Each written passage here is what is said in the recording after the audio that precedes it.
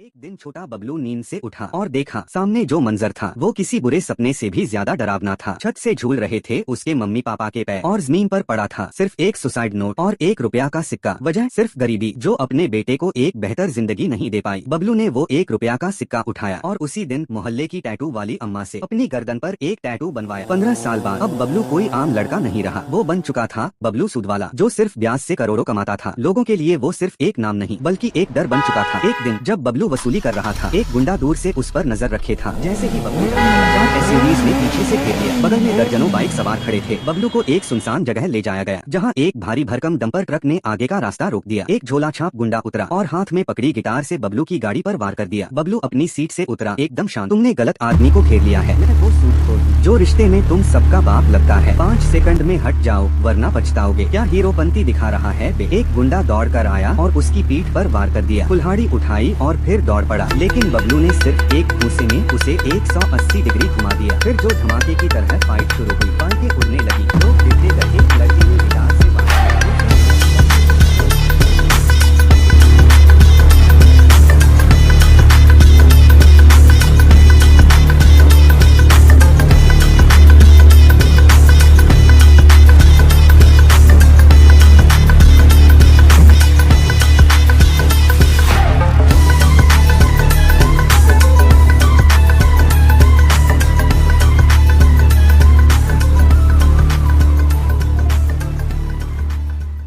बीच एक गुंडा एक थैला उठाकर भागने लगा, लेकिन बबलू पहले ही उसकी बगल वाली सीट पर बैठा था। तू मेरी मोहब्बत ले जा सकता है पर मेरा सूद भूल जा बेटा। अब बबलू इतना बड़ा बन चुका था, बड़े बड़े गैंगस्टर जो गोलीबारी में उलझे रहते वो भी उसकी वसूली के सामने झुक जाते।